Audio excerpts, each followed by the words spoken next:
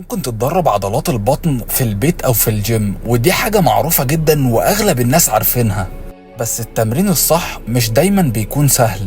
التكنيك أهم من أي حاجة تعملها وانت بتتمرن علشان لا قدر الله ما يحصلكش إصابة. وناس كتير جدا بتغلط في تمارين البطن. الفيديو ده هيصلح تمرينك يا صديقي بأسلوب صح للبطن العلوية والسفلية، ومن غير ما تشغل أي عضلات حوالين عضلات البطن. وهنركز مع بعض على أهم وظيفتين للبطن، وهي الحركة والثبات. الغلط الشائع واللي دايما الناس بتعمله هو إن عضلات الرقبة والهيب فليكسرز دايما بتشتغل ساعة تمرين البطن، لكن اللي مطلوب يا صديقي إنك تشتغل على عضلة البطن نفسها، طورها وتحسن منها أكتر.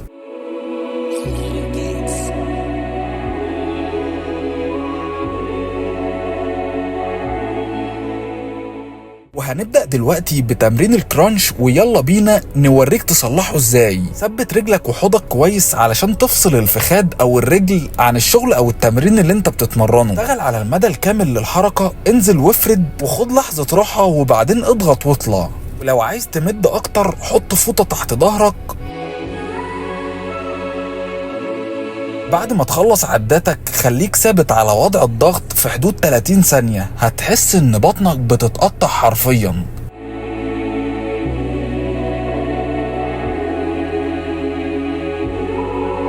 لو ركزت حرفيا في التمارين اللي انا بشرحها لك دي يا صديقي، وهنعمل سلسلة كاملة، صدقني انت مش هتحتاج مدرب يقولك اعمل ايه وما تعملش ايه. انت بس ركز معايا، ومش لازم اكون محتاج منك حاجة علشان اديك حاجة تفيدك.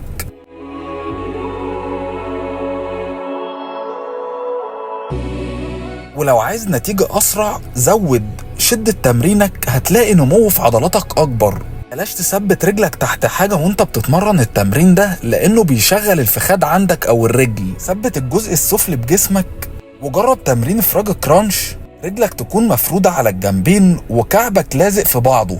الكرانش بيشتغل على البطن العلوية، بس لازم تدرب السفلية كمان. ويلا نصلح التمرين ده مع بعض.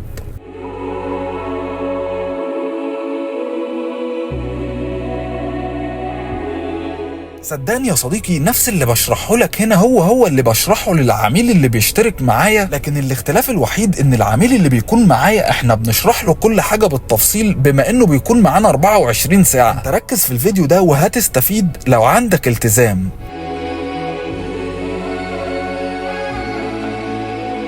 غلط يا صديقي انك ترفع وتنزل رجلك بس، لان ده بيشغل الرجل عندك بس. ابدأ بانك تسطح ظهرك على الارض وارفع الحوض مش الرجل. ركز معايا، لف الحوض لفوق وقربه للكتف عن طريق شد عضلات البطن.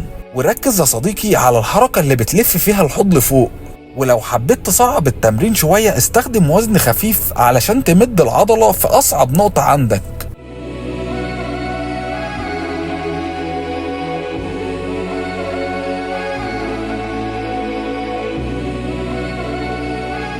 عندنا في الشركة بنشرح لك كل ده بدون أي مقابل، ومش عايزين منك أي حاجة. كل اللي عايزينه منك بس يا صديقي إنك تحاول تطور من نفسك ومن عقليتك، وتركز في الفيديوهات اللي بننزلها علشان دي أكتر حاجة هتفيدك بدون أي مقابل. نفس فكرة المدى الكامل للحركة، بس استخدم كرة أو وزن بسيط يساعدك تتمدد أكتر لفوق. وكمان يا صديقي الوزن ممكن يزود التحدي في تمرين لف الجسم زي ما انت شايف قدامك كده. رجلك مرفوعة ومقفولة، واشتغل ببطء، وصدرك مفتوح وراسك مرفوعة زي ما انت شايف. الوزن بيخلي التمرين أصعب، وبيخلي عضلات البطن شغالة عندك على الثبات.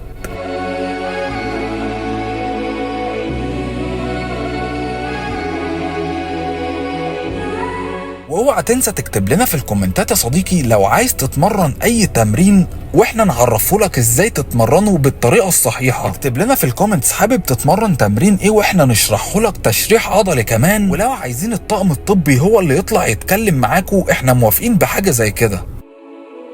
دايما حط تمرين ثبات في الروتين بتاعك، والبلانك هو اكتر تمرين ممتاز في الثبات. بس زي ما اتفقنا يا صديقي لازم التمرين ده يتعمل صح زي باقي التمارين. كوعك تحت كتفك وجسمك خط مستقيم. شد عضلات البطن عندك واطلع قدام شوية واثبت زي ما انت عايز. ثبات مهم جدا يا صديقي في تمرين البطن، وناس كتير جدا بتنساه.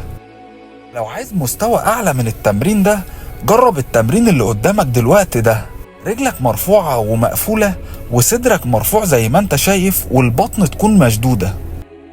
وفي الاخر لازم تمدد عضلات البطن بعد التمرين او تعمل لها استرتشات.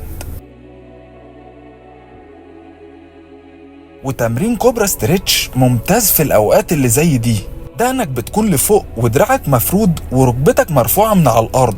التمرين ده بيريح العضلة اكتر وبيفك اي شد حصل اثناء التمرين.